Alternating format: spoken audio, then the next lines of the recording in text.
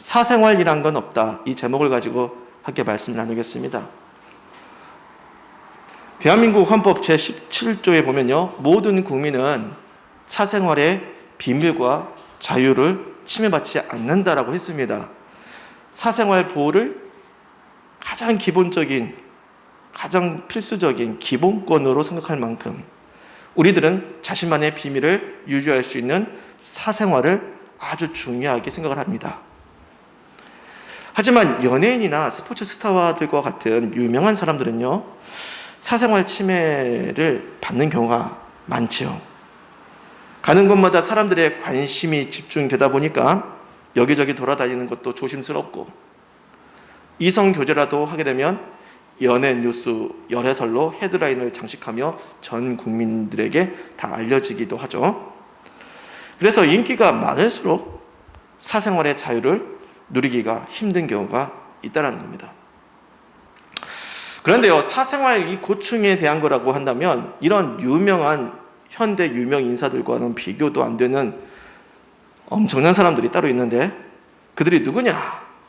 조선시대 왕들입니다. 조선의 왕들, 이조시대 왕들. 이 조선의 기밀문서로 꼽는 문헌들 중에요, 승정원 일기라는 게 있어요. 이것은 국왕의 비서실인 승정원에서 매일 작성한 근무 일지입니다. 이 승정원 일기를 보면요, 왕의 일상이 항상 체크되고 있었음을 알 수 있어요. 즉, 하루 24시간 동안 내내 왕 혼자 떨어져 혼자만의 시간을 갖는 사생활이 힘들다라는 얘기죠. 계속 누군가가 나의 삶을 체크하고 지켜보고 있는데 혼자만의 사생활이라는 거 힘들죠. 일반적으로 보면 가장 사생활이 보장받아야 할 공간이 어디겠어요? 화장실, 욕실, 침실이죠.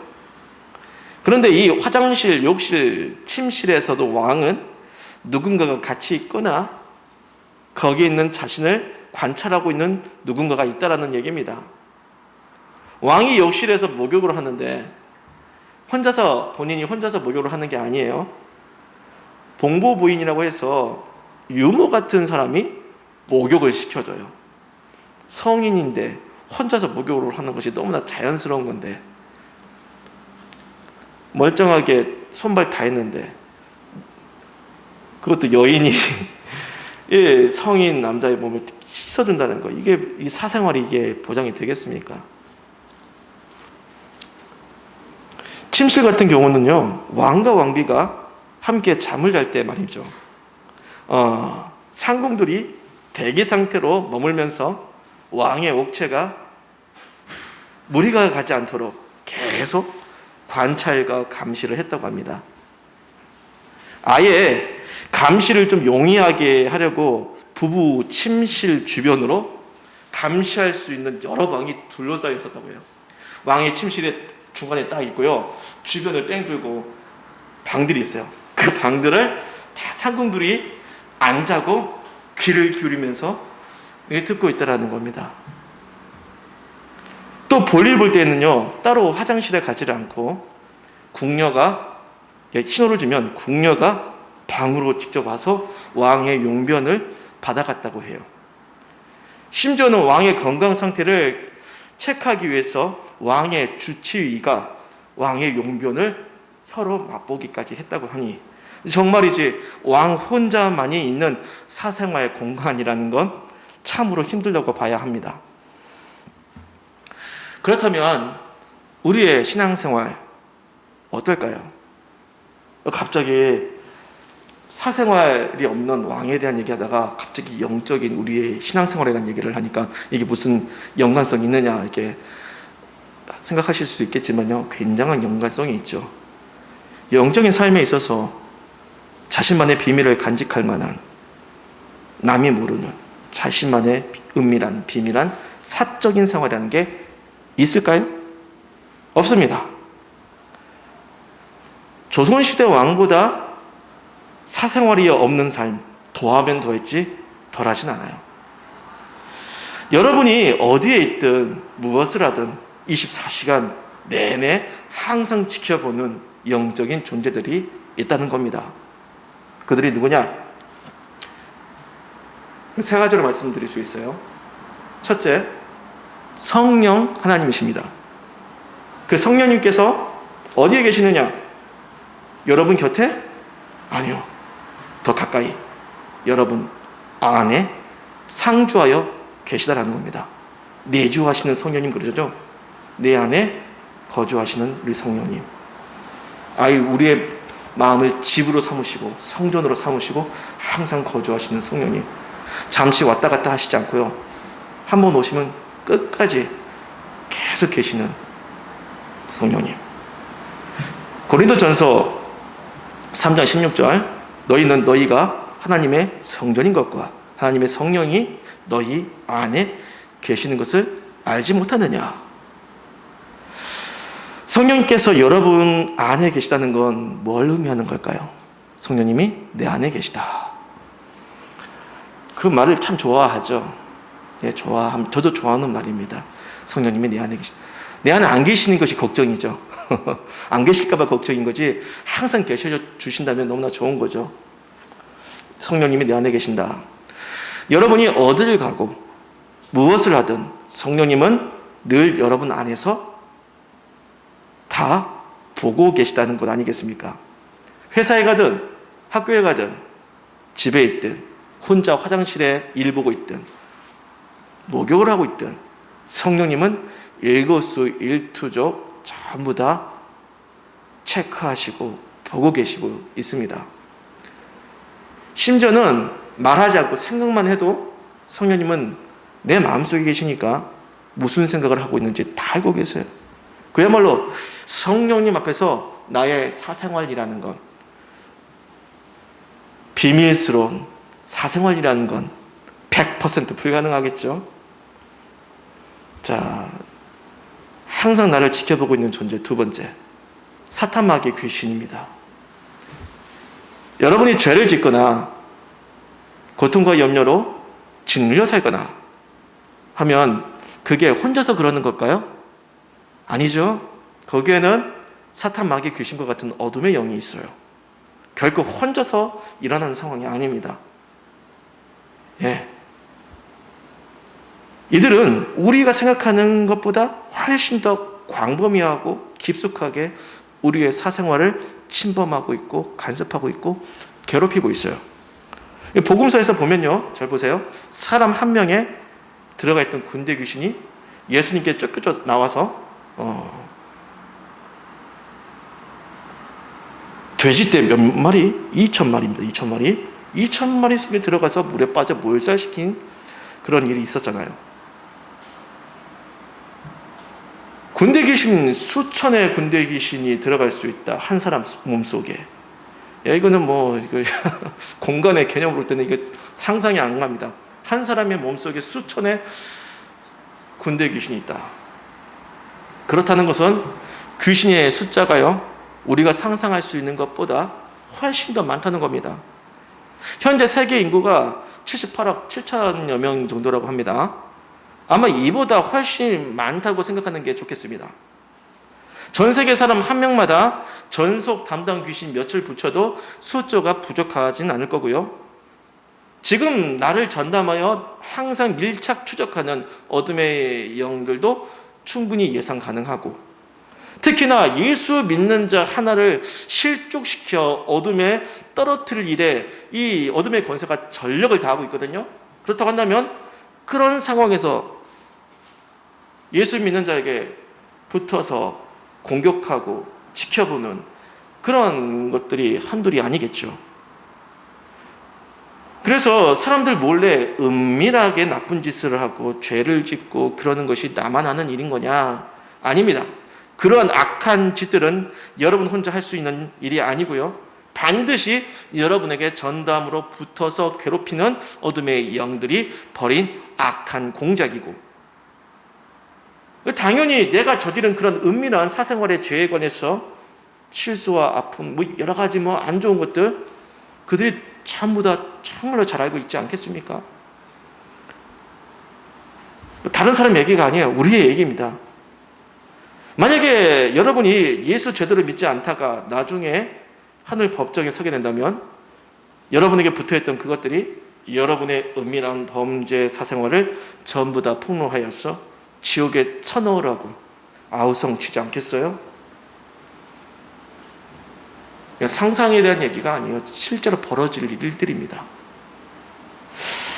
항상 우리를 지켜봐 주는 존재. 세 번째, 하루 24시간 내내 우리를 한순간도 놓치지 않고 지켜보는 존재. 성령님이 계셨고 사탄마귀 귀신 어둠의 영들이 있었고, 그리고 세 번째, 천사입니다. 천사는 하나님이 부르시는 천상의 존재들이죠. 그래서 그런지 종종 그 신성한 이미지 때문에 우리보다 훨씬 높은 지위에 있다고 생각을 하는데요. 실제로는요, 우리가 그들보다 낫다 할 수 있습니다. 생각해 보세요. 우리는 하나님의 자녀들이죠. 하나님의 자녀된 신분을 가지고 있어요. 예수 그리스도를 믿으면 신분이 달라지죠. 죄인된 신분이 아니라 구원받은 하나님의 자녀된 특별한 신분이 돼요. 하지만 천사는 어떻습니까? 하나님의 자녀가 아니죠. 즉 아버지 하나님께서 그의 자녀된 성도들을 돌보고 보호하고 지켜보고 섬기라고 당신의 종들인 천사들을 보내신 거예요. 당신의 자녀들을 돕기 위해서 심부름꾼으로 보낸 존재들, 천사입니다. 그래서 본문 9절에서는요, 구원받는 성도들을 섬기는 영이 누구냐? 천사다라고 소개하고 있어요. 하지만요, 우리를 섬긴다고 해서 함부로 해도 되는 존재는 아니에요. 옛날에 뭔가 이렇게 영권 생각하고 파워를 생각하고 뭐 그런 어떤 신앙의 흐름이 있는 교회에서 천사는 부리는 종이니까 천사야, 천사야, 내 문제를 해결할지어다, 뭐 이렇게 기도하시는 분들이 있었어요. 근데 그런 건 아닌 것 같아요. 당연히 천사를 과도하게 높이거나 숭배해서는 안 되겠지만 우리를 섬기는 천사니까 마치 갑질하듯이 무례히 대해서도 안 됩니다. 하나님이 보내신 너무나 소중한 선물 같은 그러한 든든한 지원군으로 천사를 좀 소중히 생각해 주면 되겠어요. 자, 일단 천사들은 어떻습니까? 어둠의 영들보다 군세가 더 크고 많습니다. 싸움을 붙이면 천사의 군대가 사탄의 군대를 괴멸시키겠죠. 예, 확실하게 어둠의 군대를 무찌를 수 있는 전력을 지닌 것이 천사의 군대입니다. 천사 하나랑 귀신 하나랑 1대1로 붙으면 천사가 더 세서 이긴다는 건지, 혹은 수치상 천사 둘에 귀신 하나가 붙어서 서로 싸워서 천사 둘이 이긴다는 건지, 아니면 1대1로도 우위이고 숫자로도 우위인 건지. 그래서 아무튼 어둠의 영들보다 천사의 전력이 훨씬 셉니다. 간혹 사탄마귀 귀신을 두려워하고 버거워하는 그런 생각을 가진 사람들이 있어요. 왜 두려워하시는지 그 이유를 알고 싶습니다. 무서운 엑소시즘 영화를 봐서 무서운 이미지로 생각을 한 건지, 귀신 들린 기가 센 무당을 경험해봐서 무섭게 느끼는 건지, 어쨌든 뭔가 두려운 이미지가 과하게 심겨진 분들이 있어요. 하지만 여러분 생각을 해보십시오.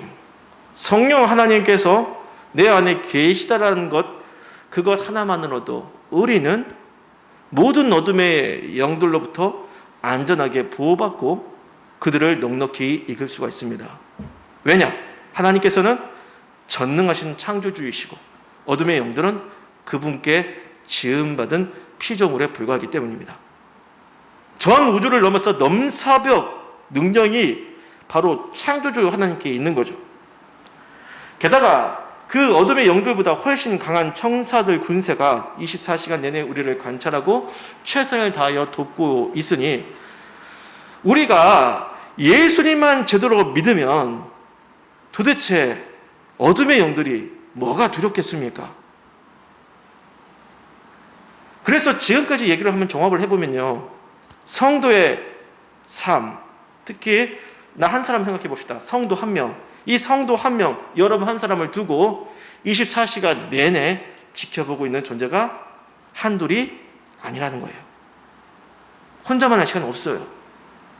먼저 성령님께서 졸지 않고 한순간도 놓침없이 계속 같이 지켜봐 주시고겠고, 사탄 마귀 어둠의 영들이요 어떻게든 빈틈을 노려서 여러분을 넘어뜨리려고 24시간 내내 전담마크 요원들을 붙여가면서 지켜보고 있고, 그리고 천사들이 그 귀신들보다 더 우위의 전력을 가지고 여러분을 도우려고 항시 붙어 있습니다.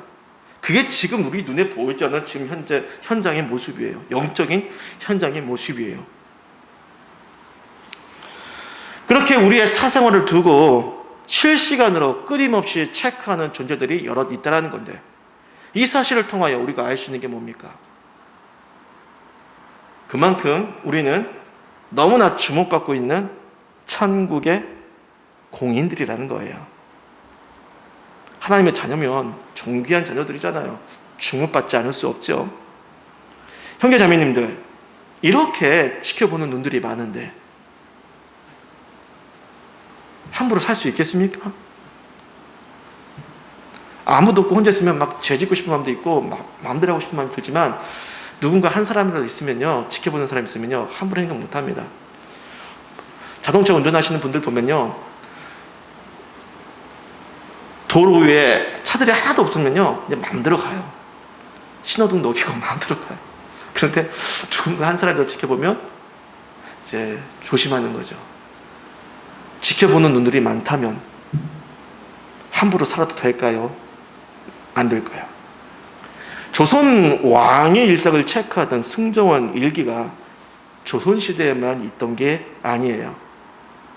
우리의 일상을 체크하는 도구서, 그것이 계속 천사들을 통하여서 우리를 보호하고 지켜보는 그 가드하는 천사들을 통하여 실시간으로 하나님께 보고가 올라가고 있고, 또 우리를 괴롭히고 우리를 넘어뜨리려고 하는 졸개 귀신들이 끊임없이 사탄들에게 조금이라도 틈이 벌어지면, 약점이 보이면, 죄를 지은 게 보이면 바로바로 또 사탄에게도 보고가 되어 들어가는 거겠죠. 그렇기 때문에 예수 잘 믿으면요, 예수 잘 믿었다고 하는 보고가 하늘 심판대에 올라가겠죠. 매 순간 저와 여러분이 붙들었던 그 그리스도 보혈이 증거로 채택되어서 우리의 그 참 부끄러운 수치가 그 은혜 아래 가려지고 의인의 칭호를 부여받게 되겠습니다. 하지만 여러분, 십자가의 은혜를 붙들며 살지 않으면요, 실제로 우리의 삶이 십자가 은혜를 붙드는 삶이 아니면요, 야, 이거 지켜보는 눈이 많다고 했잖아요. 그 구원의 은혜 없이 살았던 여러분의 행적은 그대로 천사들에게 이제 보여지고 주님께 보고가 올려져서 주님이 실망하시겠죠. 사탄도 여러분이 벌인 사생활의 범죄와 그 수치스러운 것에 대한 보고를 공유하고 있기 때문에 전부 다 나중에 그 마지막 심판대 앞에서 폭로하여서 심판장 되신 하나님께 가장 센 벌을 내려달라고 고소할 겁니다. 그러니 아시겠습니까, 여러분? 영적인 세계에서 우리에게 감출 만한 사생활이란 건 없습니다. 여러분이 어딜 가든지 뭘 했든지 무슨 생각을 했는지, 여러분을 돕는 전사가 여러분을 도움과 동시에 또 여러분을 계속 지켜보면서 실시간으로 하나님께 보고할 겁니다. 오늘도 우리의 모든 행적들, 오늘 하루 살았던 여러분들의 행적들, 무슨 생각을 했는지 그것들이 그대로 하나님 보좌 위에 보고되어 있겠죠. 또 사탄마저도 그 정보를 공유하고 있다는 걸 알아야 합니다. 특히 본인에게 유리한 우리의 수치와 더러운 악한 생각들 하나도 빠짐없이 다 기록하여서 우리를 참수하기 위해서 또 그것을 준비하는 증거물로 또 이렇게 쌓아놓고 있는지도 모릅니다. 말씀을 정리하겠습니다. 저와 여러분의 일상 지켜보는 눈이 한둘이 아닙니다. 지금 우리가 이렇게 예배 드리고 있는데 지금 우리 눈으로 볼 때는 지금 이 사람들이지만요, 혹시 우리보다 훨씬 더 많은 숫자가 우리를 포진하고 있는지 몰라요. 성령께서 함께 하시고 사탄 마귀 귀신들이 우리를 노력질하려고 또 지켜보고 있고, 또 천사들이 또 우리를 또 섬기기 위해서 대기하고 있고, 우리의 육안으로는 안 보이겠지만은 주의 말씀을 묵상하였을 때는 그러한 영적인 상황들이, 우리를 지켜보는 상황들이 믿어지게 되는 겁니다. 지켜보는 눈이 한둘이 아니다. 그러니 영적으로 보면 감출 것이 없는, 감출 만한 사생활이라는 게 없다. 매일 매순간 우리의 사생활은 하나도 빠짐없이 기록하고 보고가 올라가고 있기 때문에 하나님도 아시고 사탄 마귀도 알고 있다. 여러분, 조금이라도 거리낌이 있고 불편한 사생활이 있다면 어떻게 해야 할까요? 그냥 넘어가도 될까요? 십자가 은혜를 생각하면서 그냥 넘어가도 되겠지 이렇게 생각하는 사람인데, 십자가 은혜를 의지하는 사람들은요, 마음에 불편한 사생활의 그 흔적들을 더 추적합니다. 스스로가. 그걸 그냥 내버려 두지 않습니다. 그러니까 불편한 게 있다면 내버려 두면 안 됩니다. 그대로 놔두면 반드시 폭로되어 감당 못할 후폭풍을 맞이하겠죠. 최후 심판대 앞에 이 불편한 사생활은 반드시 우리에게 불리한 증언이 될 겁니다. 그러니 어서 빨리 숨기지 말고 자발적으로 주님께 공개하고 오픈하고 죄 용서와 치유를 간절히 구해야 합니다. 생각만 그렇게 가지고 있으면 안 돼요. 자신의 영적인 상태를, 사생활을 잘 보고 늘 자기가 먼저 주님께 고백을 해야죠. 그렇게 간절하게 십자가의 보혈을 의지하여 죄의 사생활을 청산하고 깨끗하게 되어서 구원과 생명의 삶으로 인정받는 저와 여러분이 되기를 바랍니다. 주님의 십자가 그늘 아래, 그 십자가 그늘 아래는 우리의 수치를 감춰주시는 은혜가 있어요. 그 십자가 그늘 아래의 은혜가 항상 여러분에게 있으시기를 주님의 이름으로 축복합니다.